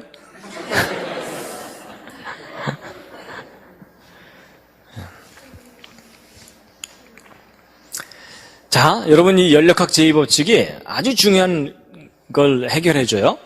잘 보세요. 이제 이게 아주 중요한 그래프인데, 여러분, 지금 말씀드린 연력학 제2법칙은 자연의 법칙이거든요.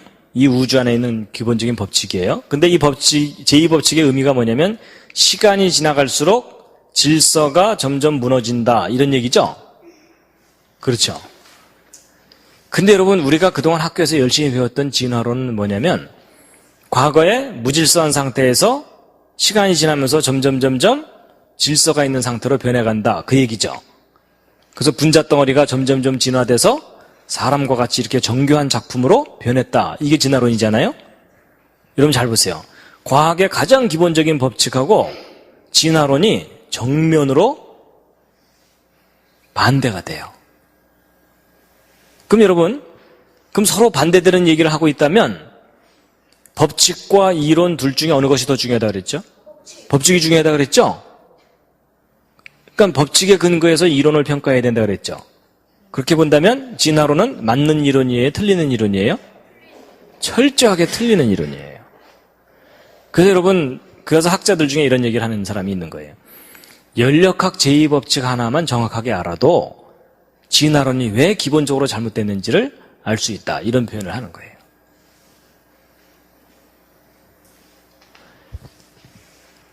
근데 이제 보세요. 지금 현재 이 우주의 질서가 점점 붕괴되는 쪽으로 가고 있다면 이걸 시간을 거꾸로 거슬러 올라가면 과거에는 어떤 상태가 있었다는 거죠? 완전한 질서의 상태가 있었다는 거예요. 그렇죠? 그리고 이제 미래로 가면 갈수록 어떤 상태가 된다는 거예요? 완전한 무질서죠? 완전한 무질서라는 얘기는 죽음의 상태라는 거예요.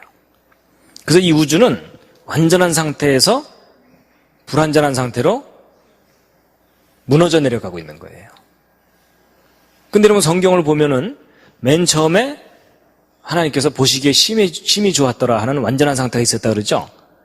그리고 거기서부터 타락해가지고 지금 망해가는 쪽으로 가고 있다는 것이 성경이 우리에게 가르쳐 주는 거잖아요. 맞죠? 근데 성경에서 우리에게 가르쳐 주는 것하고 과학의 법칙이 일치해요. 그러니까 여러분, 이 과학의 가장 근본적인 법칙이 성경의 진리라는 것을 강력하게 뒷받침해주고 있는 겁니다. 그래서 히브리서 1장 10절부터 12절까지 함께 한번 읽으시겠습니다. 시작. 또 주여 태초에 주께서 땅에 기초를 두셨으며 하늘도 주의 손으로 지으신 바라. 그것들은 멸망할 것이나 오직 주는 영존할 것이요 그것들은 다 옷과 같이 낡아지리니 의복처럼 갈아입을 것이요 그것들이 옷과 같이 변할 것이나 주는 여전하여 연대가 다함이 없으리라 하였으나. 여러분, 이 세상 모든 것들은요 망해가는 쪽으로 지금 가고 있는 겁니다. 그 다음에 이제 이 연력학 제2법칙의 또 다른 표현이 이제 정보 연력학입니다. 이 정보, 인포메이션, 어떤 메시지를 다루는 사람들이 무슨 법칙이 있다는 걸 알게 됐어요. 이게 뭐냐면, 여러분, 이 연력학 제2법칙은 변질의 법칙이라고 그랬죠? 그러면 정보는 전달될수록 어떻게 될까요? 변질됩니다. 그래서 이 연력학 제2법칙의 또 다른 표현이 정보의 변질이에요. 그래서 이제 예를 들면 이런 거예요. 여러분, 생각하는 사람을 조각한 조각가가 누구냐 하고 시험 문제 냈더니 똑똑한 친구가 로댕 이렇게 썼어요. 그렇죠? 근데 그 옆에 있는 놈이 그걸 쓱 보더니 뭐라고 썼다고요? 오뎅 이렇게 쓴 거예요. 그건 다 아시죠? 근데 이제 그 뒤에 있는 놈이 앞에 있는 놈 걸 싹 보더니 덴뿌라 이렇게 쓴 거예요. 그 다음에 그 옆에 있는 놈이 뭐라고 썼다고요? 어묵. 그 뒤가 맛살. 그 옆에가 게맛살 이렇게 된 거예요. 그래서 생각하는 사람을 조각한 조각가가 누구예요? 게맛살이에요. 근데 여러분, 이게 우스갯소리지만 아주 중요한 원리를 알려주는 거예요. 정보는 전달되면서 변질돼요. 그래서 여러분, 시험 보고 나오면 누가 바보가 돼요? 로댕이라고 쓴 놈만 바보가 되는 거예요. 그렇죠? 왜냐면 딴 애들이 우기거든요. 야, 우리는 다 먹을 건데 너만 아니잖아 이러면서 우리가 틀렸겠냐? 네가 틀렸지 임마? 뭐 이렇게 되는 거예요. 이게 바로 연력학 제2법칙의 정보의 변질에 관한 이야기예요. 그래서 오히려 진리를 외치는 사람이 핍박받게 돼 있어요. 그 다음에 여러분 귓속말 이어가기 기억나세요? 요즘은 이런 거 많이 안 하는데 옛날엔 많이 했었어요. 그렇죠? 그래서 이 귓속말 이야기를 해보면 구경하는 사람들이 배꼽을 잡습니다. 왜냐면 이상하게 말이 뒤로 갈수록 변하잖아요. 그렇죠? 그래갖고 이 문장이 길면 길수록 반드시 변해요. 그리고 전달하는 사람이 많을수록 확실하게 변하고 그 중에 띨띨한 사람이 많을수록 완벽하게 변합니다. 그렇죠? 예. 그래서 여러분, 이게 어떤 법칙을 나타내주고 있어요. 근데 보세요. 이렇게 정보가 전달되면서 변질되잖아요? 그러면 어떤 결과가 나타나냐면 정보의 혼란이 일어나요. 그래서 무슨 말이냐면 시험 치고 나와서 로댕, 오댕 또 뭐 이런 것들이 막 뒤범벅이 돼갖고 이제 어느 게 진짜 정답인지를 헷갈리게 돼 있어요. 그러면 이제 정보가 혼란이 일어나면요, 나타나는 현상이 뭐냐면 초기 정보를 잃어버려요. 그러니까 로댕을 잃어버리는 거예요. 그래서 여러분 보세요. 지금 현재 이 세상에 살고 있는 사람들이 성경 창세기에 나오는 천지창조 에덴 동산 이야기 잘 안 믿죠? 그렇죠? 근데 여러분 그거를 이상하다고 생각하지 마세요. 왜냐하면 이 초기 정보가 시간이 지나면은 변질되면서 소멸되게 돼 있어요.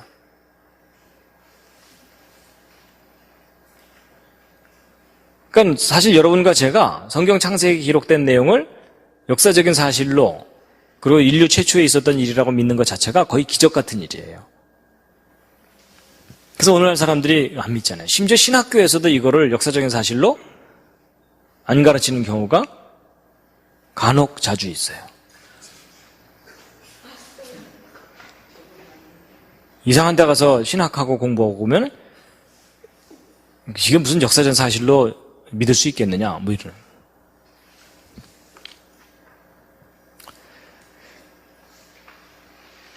그 다음에 이런 정보가 변질되면서 뭐가 일어나냐면요, 개념의 혼란이 증가해요.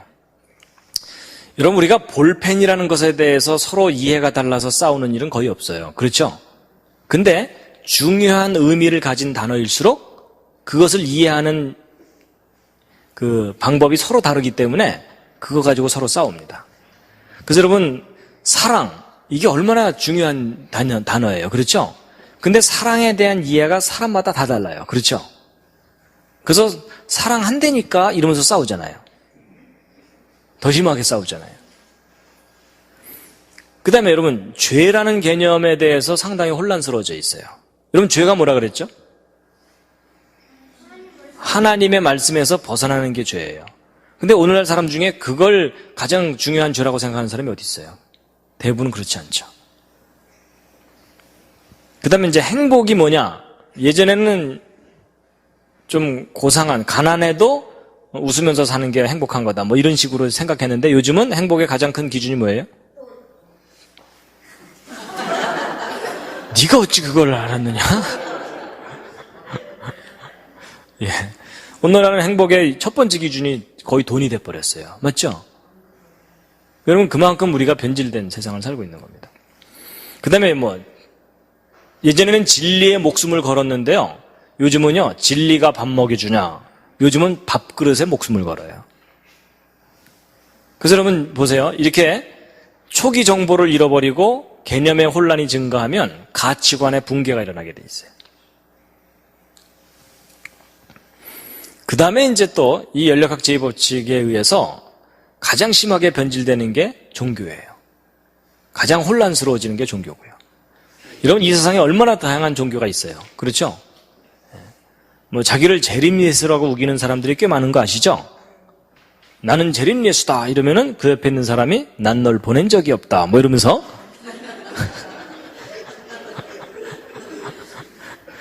둘 다 묶어놔야 되죠? 그래서 여러분, 이 세상에 그렇게 사이비 종교가 많고 이런 것도요, 그거를 이상하다고 여기지 마시고요, 이거 당연하다고 생각하셔야 돼요.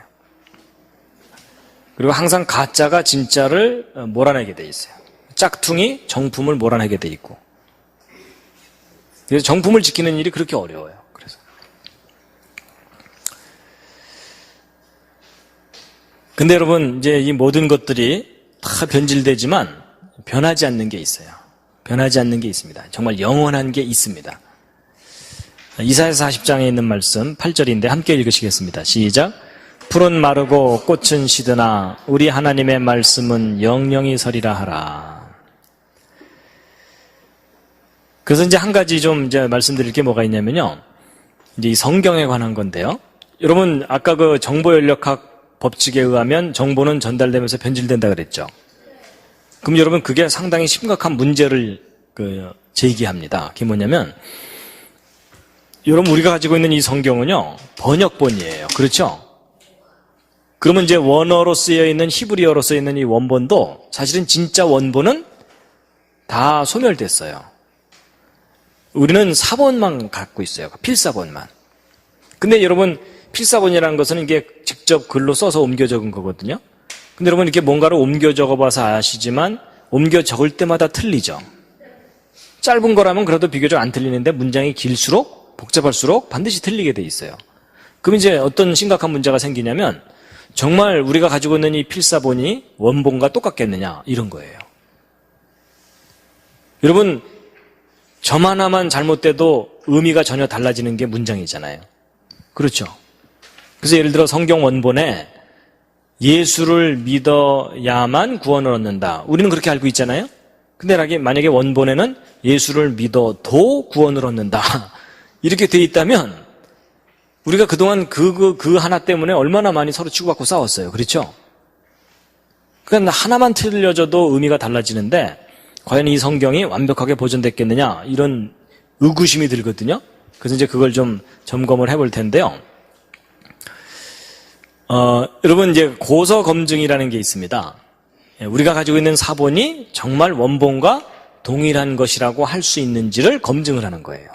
그래서 여기에는 몇 가지 기본적인 기준이 있는데, 사본들 간에 오차가 적을수록 그 사본은 믿을만 하겠죠. 그리고 사본의 숫자가 많을수록 그러니까 동일한 내용을 담고 있는 사본이 숫자가 많을수록 서로를 검증해 주니까 믿을만 하겠죠. 그 다음에 원본과 가장 가까운 사본일수록 가장 변질이 덜 됐겠죠. 바로 이런 객관적인 기준을 가지고 우리가 가지고 있는 사본이 믿을만한지를 검증하는 거예요. 그래가지고 먼저 이제 그 사본 간의 오차가 적다는 거, 그 다음에 사본의 숫자가 많을수록, 그리고 원본과 연대차가 적을수록 이제 믿을만하다는 걸 가지고 일단 신약 사본을 좀 이제 살펴보면요. 이제 신약 성경만 얘기하면은 비교할 게 없으니까 일리아드라고 하는 옛날 그 서양 사람들이 고전으로서 막 암송도 하고 그랬던 그 일리아드하고 좀 비교를 해보면은요. 일단 사본 간의 오차, 신약 성경의 경우는 0.5% 정도 있어요. 0.5%면은 200분의 1 정도입니다. 200분의 1. 그러니까 예를 들어 뭐 아주 쉽게 얘기하면 원고지 한 매당 한 글자 정도, 뭐 이 정도 수준의 오차가 있어요.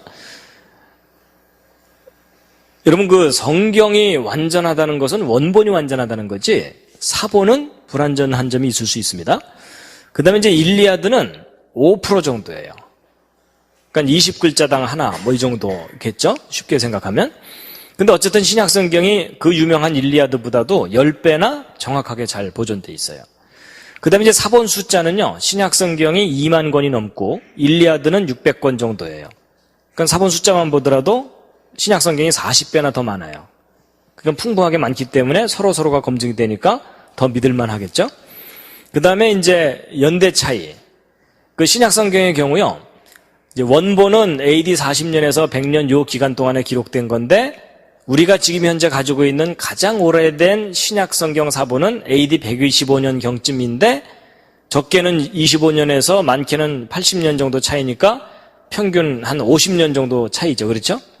근데 일리아드 같은 경우는 원본이 BC 900년인데 가장 오래된 사본은 BC 400년 거니까 500년 정도 차이가 있죠. 그러니까 연대 차이도 10배 정도 차이가 나요. 그러니까 좀 단순 무식하게 얘기하면 신약 성경이 일리아드보다 이거 서로 곱하면은 4,000배 정도 믿을만하다 할 정도로 신약 성경이 객관적으로 비교해 볼 때 훨씬 믿을만한 사본이라는 거예요. 그러니까 여러분 인간이 가지고 있는 고전 중에 이렇게 잘 보존된 사본이 없다고 할 정도로 신약 성경은 사본이 잘 보존돼 있어요. 근데 그럼에도 불구하고 0.5% 오차가 있다는 것이 좀 꺼림직하시죠? 근데 여러분 그거 너무 걱정하지 마시기 바랍니다. 저 오차들은요 대부분 사소한 오차예요. 아주 치명적인 부분에서 오차가 나는 게 아니고 예를 들면 이런 거예요. 뭐 예를 들어 예수께서 가라사대 이렇게 써야 되는데 예수께서 가라사디 뭐 이렇게 썼다거나 하여튼 뭐 그 정도 오차들이에요.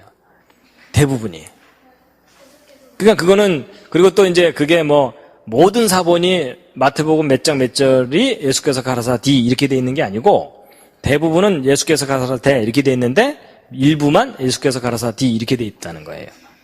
그러니까 서로 검증을 해보면은 쉽게 그 오차를 제거할 수 있는 그런 사소한 오차들이 대부분이에요.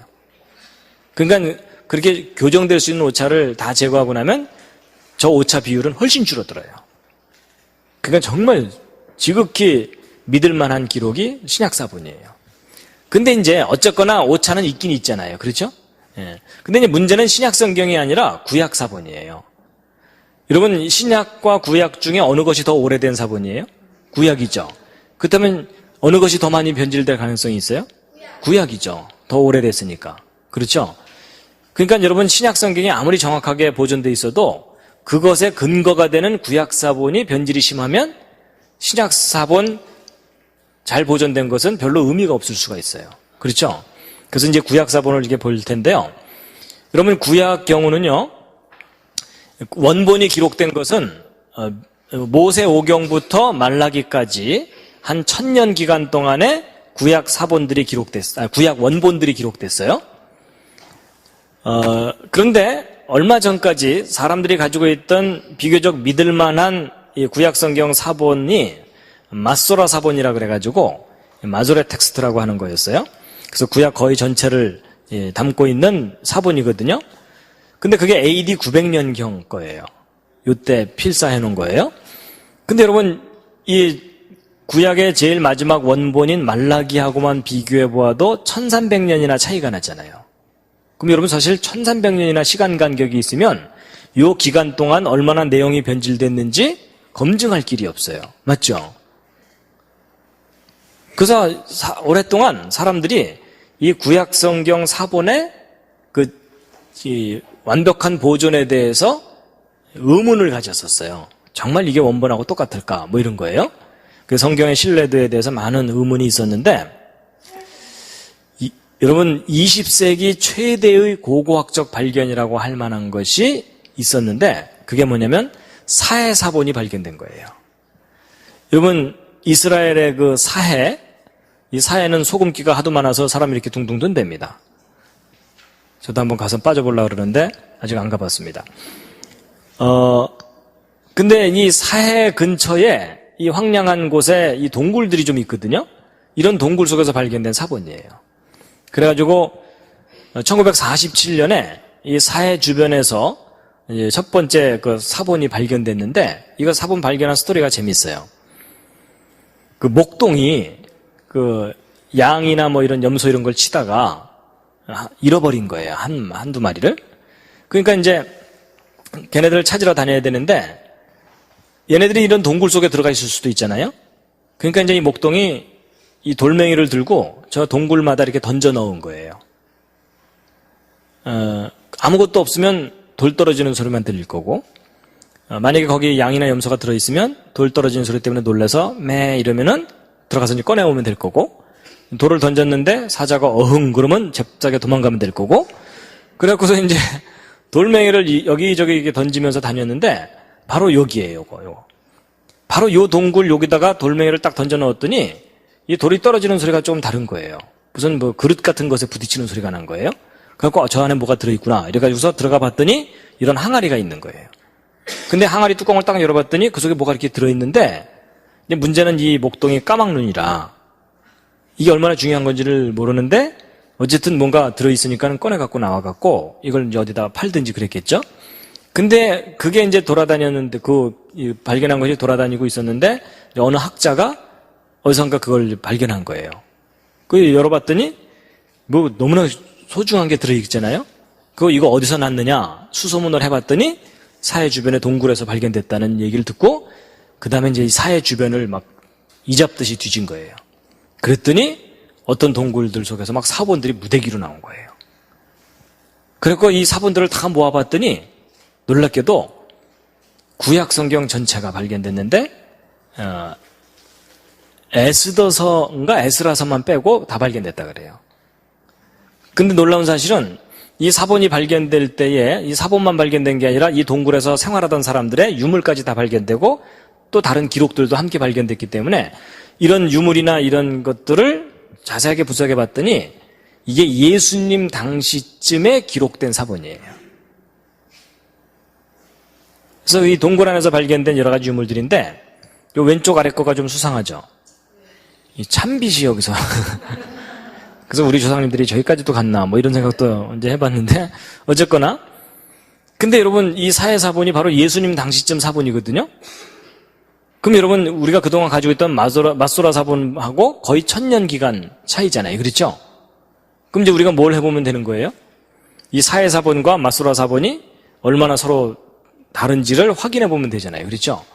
근데 이 사해 사본이 워낙 이제 보존 상태가 안 좋은 것들이 있어가지고 그걸 복원하는데 시간이 걸려가지고 지금도 계속 이스라엘 사람들이 이제 복원하고 있는데, 어쨌든 그동안 복원된 내용을 확인해 본 결과 이 1000년 이상의 1000년 정도 기간이 있는 두 사본들이 내용이 똑같은 거예요.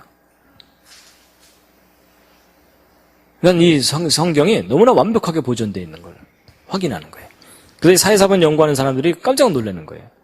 어떻게 그렇게 오랜 기간 동안 지났는데 내용이 똑같냐 이거죠. 그래서 여러분 이게 무슨 말이냐면, 여러분 예를 들어 이런 창세기에 기록된 이 내용 있죠? 창세기 1장의 저 내용은 모세가 처음 기록했을 때 그 내용이나 이사야 선지자가 창세기 공부할 때 읽었던 내용이나 예수님이 성전에서 읽었던 창세기나 우리가 지금 보고 있는 창세기나 한 글자도 틀리지 않는 똑같은 기록이라는 얘기예요. 그래서 여러분 이 사해 사본의 발견이 성경의 그 완벽한 보존에 대해서 너무나 강력한 증거를 제시해주고 있기 때문에 이스라엘 사람들한테는 이 사해사본이 국보예요. 그래갖고 이 사해사본 발견하고 난 다음에 이거를 전시하고 연구하는 이 박물관을 만들었거든요. 그 박물관의 지붕 모양이 이렇게 돼 있어요. 이게 무슨 모양이냐면 사해사본 항아리 뚜껑 모양이에요. 여러분, 우리도 그 예술의 전당, 거기에 그 지붕 모양이 옛날 양반들 갓 모양이죠? 이제 그렇게 해놓은 것처럼 저렇게 특징 있게 저렇게 해놓은 거예요. 그래서 여러분, 이 구약 성경 사본이 그렇게 완벽하게 보존되어 있다는 것은요, 정말 누군가 특별하게 그 말씀을 보존하려는 노력을 하지 않는 이상은 그렇게 완벽하게 보존될 수가 없거든요. 그래서 여러분, 성경, 일단 내용의 진실성은 두 번째 문제고, 우리가 가진 그 고전의 그 기록들 중에 가장 완벽하게 보존된 기록이 이 구약 성경 기록입니다. 하여튼 좀 믿어주시면 감사하겠습니다. 그래서 이제 지난번에 제가 창세기 1장 1절에 대해서 강의를 했었죠. 그렇죠? 그것하고 이것하고 이제 서로 통하는 거예요. 그 완벽하게 보존도 됐지만 그 내용도 완전한 내용이고.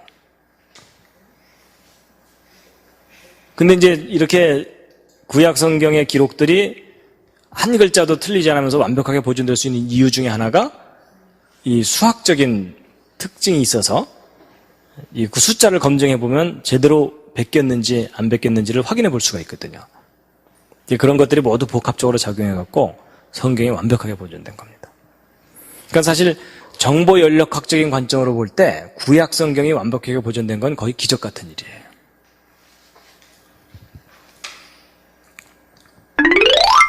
그래서 성경의 기록은 완전하게 보존되어 왔는가? 있습니다. 그래서 디모데후서 3장 15절 말씀 함께 읽으시겠습니다. 시작. 또 내가 어려서부터 성경을 알았나니 성경은 능히 너로 하여금 그리스도 예수 안에 있는 믿음으로 말미암아 구원에 이르는 지혜가 있게 하느니라. 또 읽겠습니다. 시작. 모든 성경은 하나님의 감동으로 된 것으로 교훈과 책망과 바르게 함과 의로 교육하기에 유익하니 이는 하나님의 사람으로 온전케 하며 모든 선한 일을 행하기에 온전케 하려 함이니라. 그래서 오늘 이 우주의 법칙과 성경, 그래서 그 연력학 법칙에 대해서 말씀을 드렸는데 이제 기억이 나십니까? 연력학 법칙의 첫 번째 법칙이 뭐라고요? 보존의 법칙입니다. 뭐가 보존된다고요? 에너지가 보존된다. 그리고 두 번째 법칙은 변질의 법칙입니다. 그래서 이 두 번째 법칙인 변질의 법칙을 다양하게 표현하는데 고전 연력학에서는 에너지는 자꾸 소모된다. 그 다음에 이 통계 연력학에서는 질서가 무질서해지는 쪽으로 간다. 그리고 정보 연력학에서는 정보는 시간이 지나면서 변질된다. 그래서 여러분 이 우주가 지금 망해가는 쪽으로 가고 있다는 거예요.